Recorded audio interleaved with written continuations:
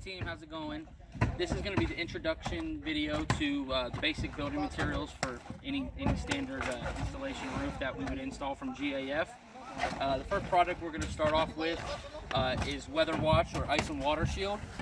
This product is a peel and stick product, meaning that it has a self-adhering surface that when you peel back this plastic, it essentially glues to your hand or glues to the wood.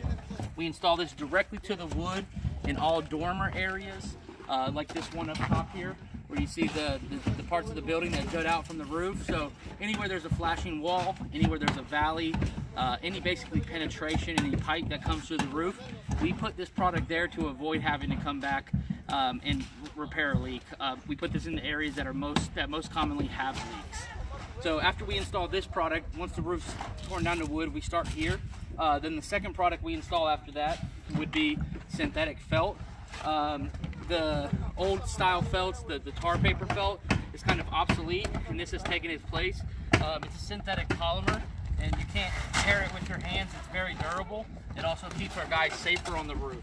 This is going to be your water barrier for the rest of the roof anywhere we don't put the ice and water shield. After we get the ice and water, or after we get the synthetic felt on, then we install what's called drip edge or gutter apron, and this product goes around the whole perimeter of the roof. We typically install a 1.5 inch profile.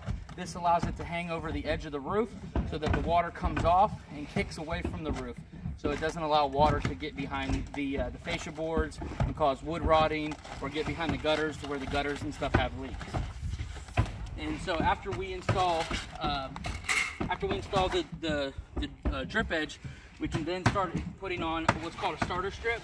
GAF's line of starter strips is the Pro Start, and the Pro Start is 120 feet per bundle. So for every one of these bundles, say you had 240 feet of perimeter, anywhere you stick the drip edge, you'll stick this product, and it comes in a two-part sheet.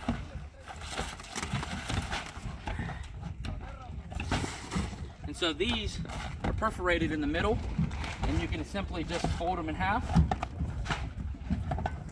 and take it off. And you'll see that there's a tar line on this strip.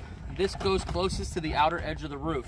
It allows the roof to seal, or the shingles that we put over top of this, to seal around the perimeter of the roof so that the wind can't take up the shingles and lift it and cause wind damage in the future. So once we put this product in over top of the drip edge like that, we would then start installing shingles. The main shingle that we use primarily with GAF is the Timberline HD, and this is a lifetime shingle, and it's considered an architectural or a dimensional shingle. Customers will refer to it as different things, but essentially has two parts to it.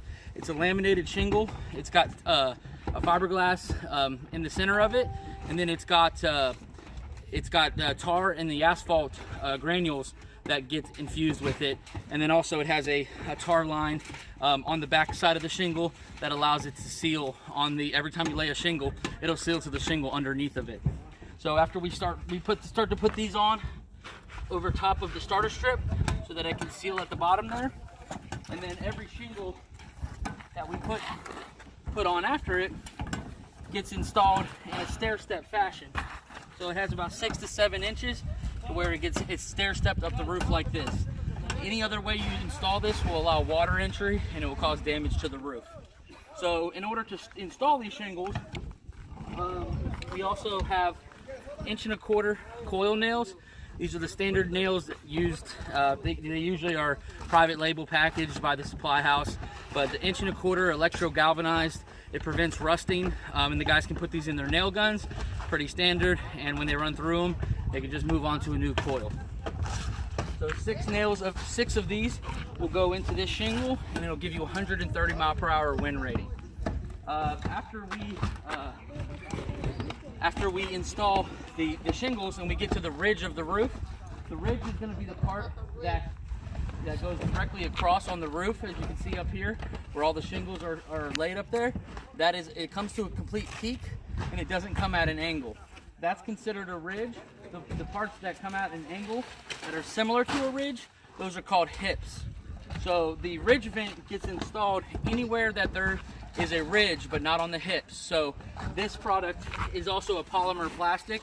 It comes with about a 2.5-inch nail that's ring shanked all the way through.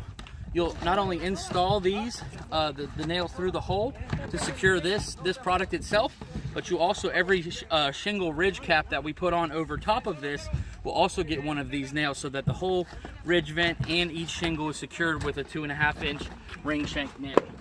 So after we get that product on, when we move to the sealer ridge,